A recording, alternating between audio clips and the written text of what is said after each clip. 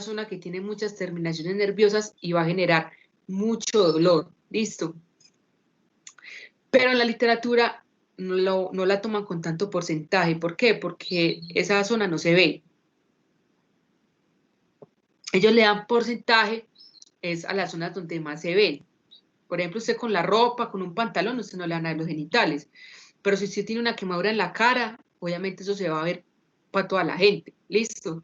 O si tiene una quemadura en un brazo, también se va a ver, ¿listo? Entonces, la extensión valora eso. Entonces, ahora sí, el procedimiento. Esta persona se quemó el muslo, ¿listo? El muslo derecho, entonces es un 9%. Y se quemó el tórax, otro 9%. Entonces la sumatoria de eso me va a dar que esa persona tiene el 18% del cuerpo quemado. Esa es la respuesta. Entonces, nota de participación. Tengo quemado la pierna derecha y tengo quemado la cabeza en la parte posterior que vale 4.5. Entonces, ¿quién me da la respuesta? 9% más 4.5, ¿cuánto es? 13.5, profe. 13.5 en quemado el cuerpo.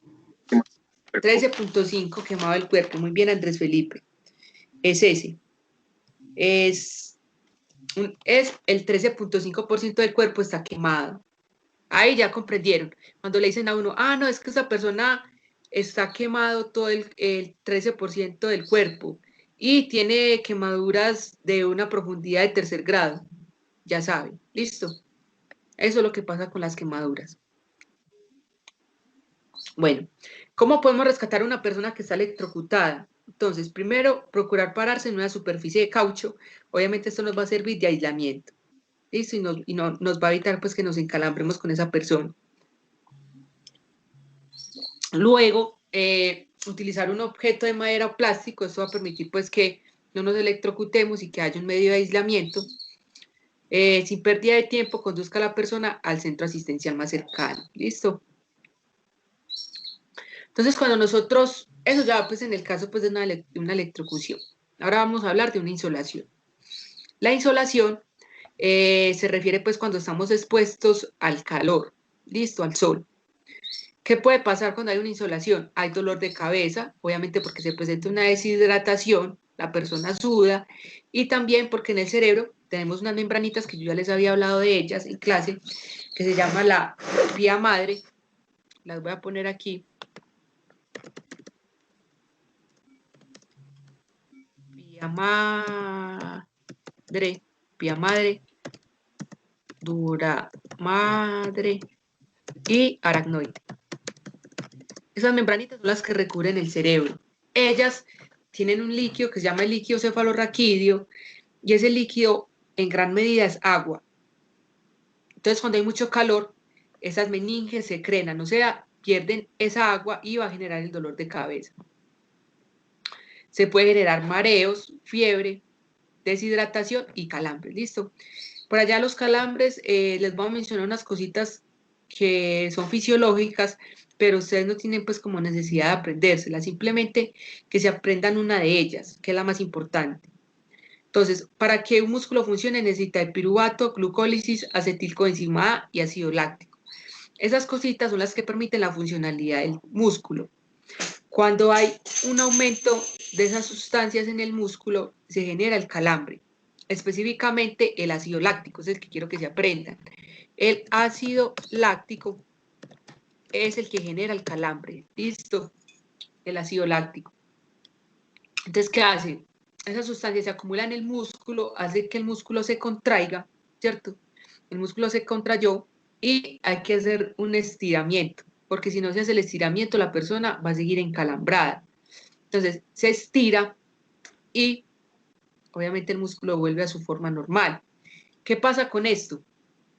Que cuando se estira, muchas veces el músculo trata de volver a su forma normal, pero ¡pah! Se revienta y se genera un desgarre muscular y la persona tiene que recuperarse de ese desgarre y eso se demora aproximadamente entre 8 a 15 días que el músculo se vuelva a regenerar. Entonces la persona en esos días va a quedar cojeando, va a quedar pues como con ese tipo de dolor ahí. Los dolores, los, los calambres son muy comunes en las extremidades inferiores, ¿cierto? Entonces voy a Profe, mostrarles por aquí. Dígame.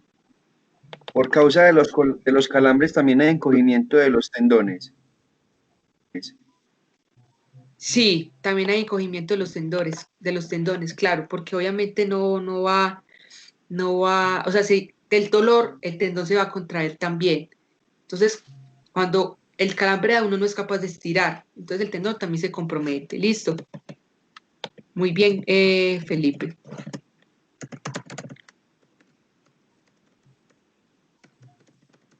Extremidades inferiores. Les voy a mostrar. ¿Dónde es el calambre más común? Ay. Espérenme, chicos, un segundo que...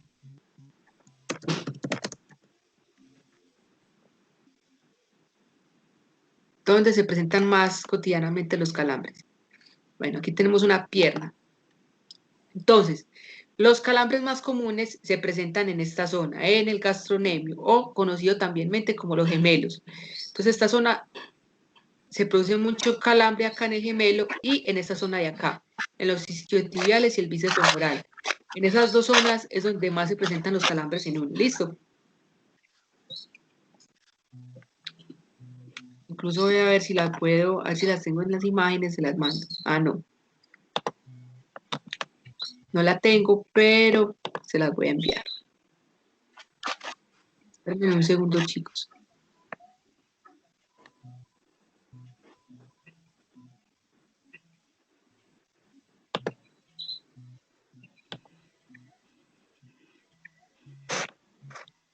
Bueno, entonces por aquí se las voy a juntar. Los calambres se presentan más en la parte posterior de la pierna, ¿listo? O sea, en la parte de atrás. Esos calambres son muy dolorosos, demasiado dolorosos. Bueno, y los calambres también se pueden presentar por esa acumulación de ácido láctico y por deshidratación. ¿Listo?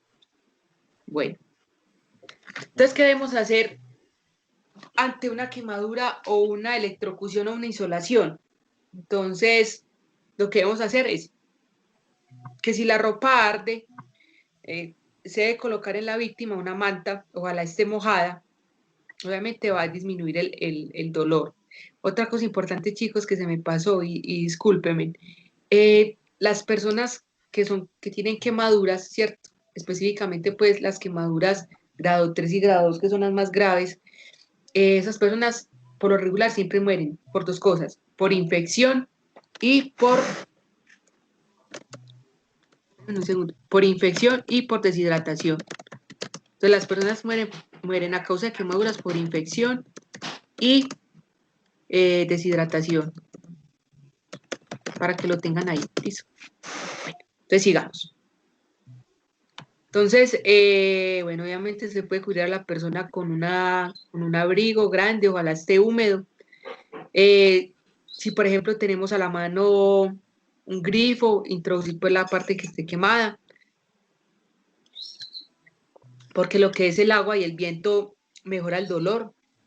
Si la herida es grande, derrame agua en gran cantidad sobre la víctima, eso va a disminuir el dolor.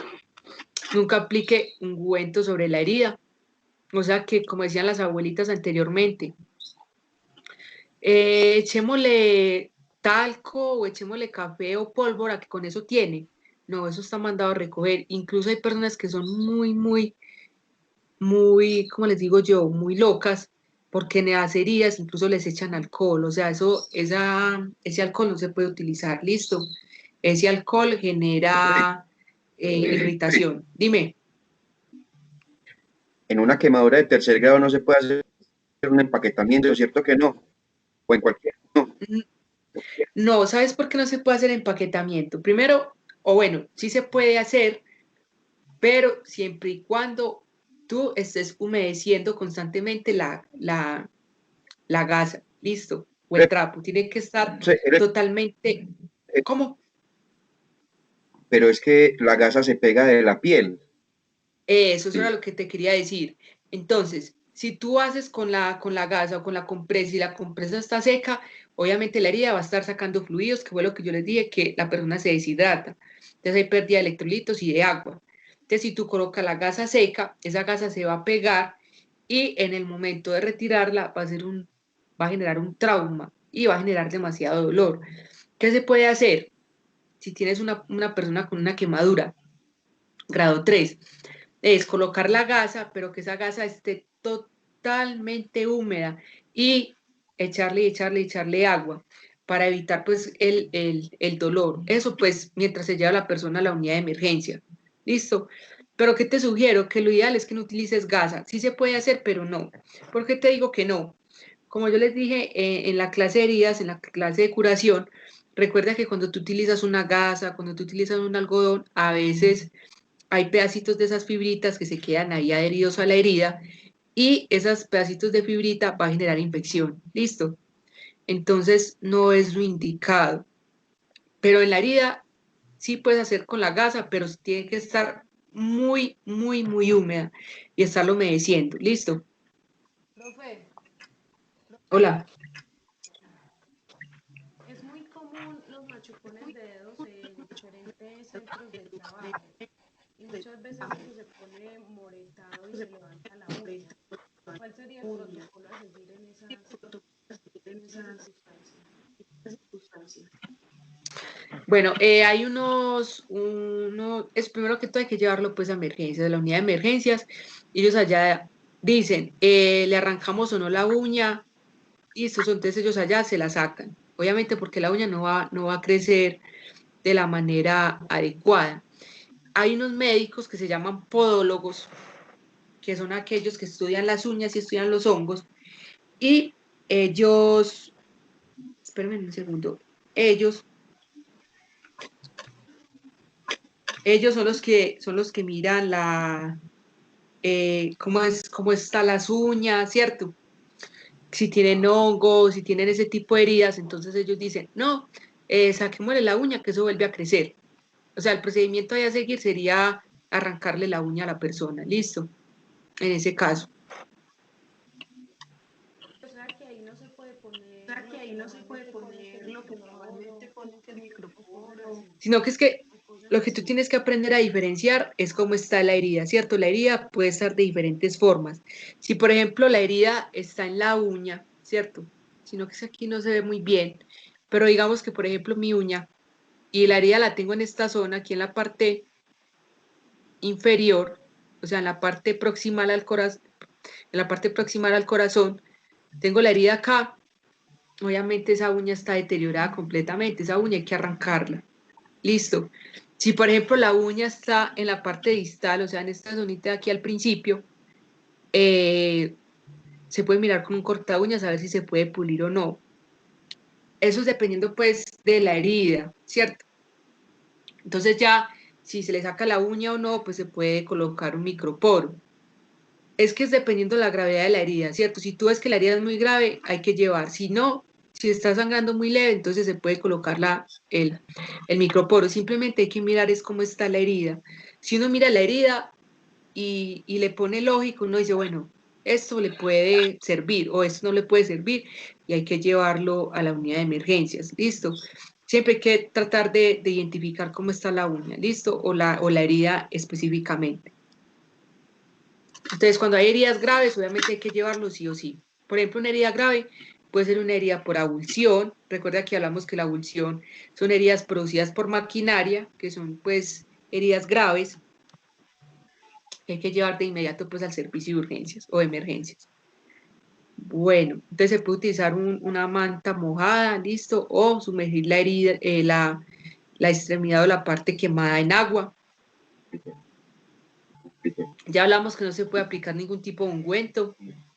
Importante, si la persona está quemada, insistir en que tome mucho líquido para que no pierda electrolitos, ¿cierto? Obviamente, cuando son quemaduras demasiado graves, listo, y que hay un compromiso, hay un compromiso en su extensión que es grande.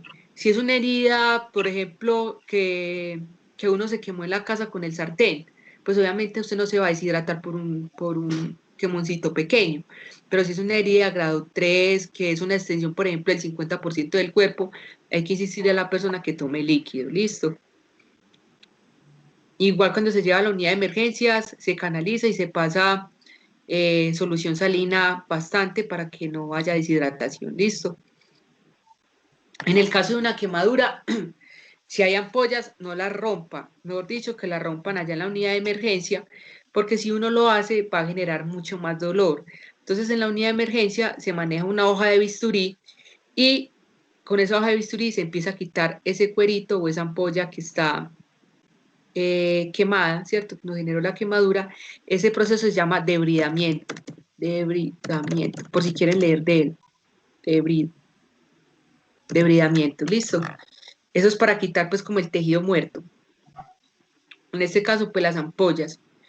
Lo que hablamos ahora con Andrés, se puede utilizar compresas húmedas, ¿cierto? Sobre la herida, obviamente siempre y cuando estemos mojando y mojando esa compresa.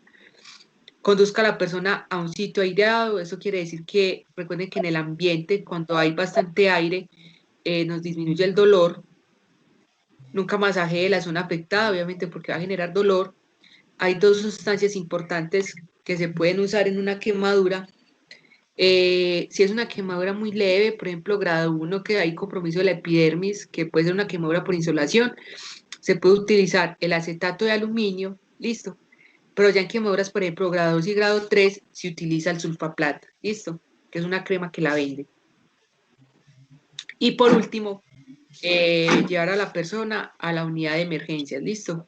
Y allá pues ya se genera el proceso de recuperación. Entonces, el día de hoy pues terminamos con el asunto de heridas. Yo hace 8 días les asunté las diapositivas, ¿cierto? ¿O no? Sí se las asunté. ¿Sí o no? Chicos. Chicos. Bueno, se las voy a juntar nuevamente entonces. Dime, Julie, yo tengo una pregunta.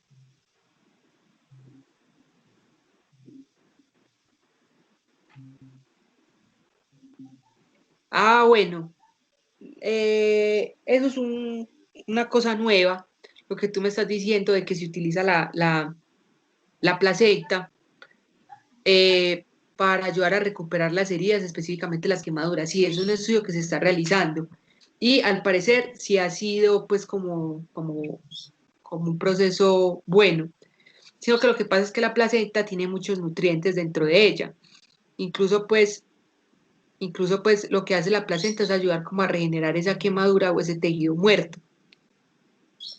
Pero sí, ese estudio se está haciendo, Julie, y va como por muy buen camino el asunto del uso de la placenta. O sea, inmediatamente se tiene el bebé, esa placenta pues obviamente no queda sirviendo y ya la están utilizando para las quemaduras. Muy bien. Eso se llaman injertos. Listo. Injertos de piel. Bueno, chicos, ¿qué más preguntas tienen? Profe, ¿Dudas? en la siguiente clase sigue lo de electrofusión o ya terminamos. Ya terminamos con heridas. Ya la próxima clase vamos a ver, vamos para el trauma de tórax y trauma abdominal. ¿Listo? Trauma de tórax y trauma abdominal.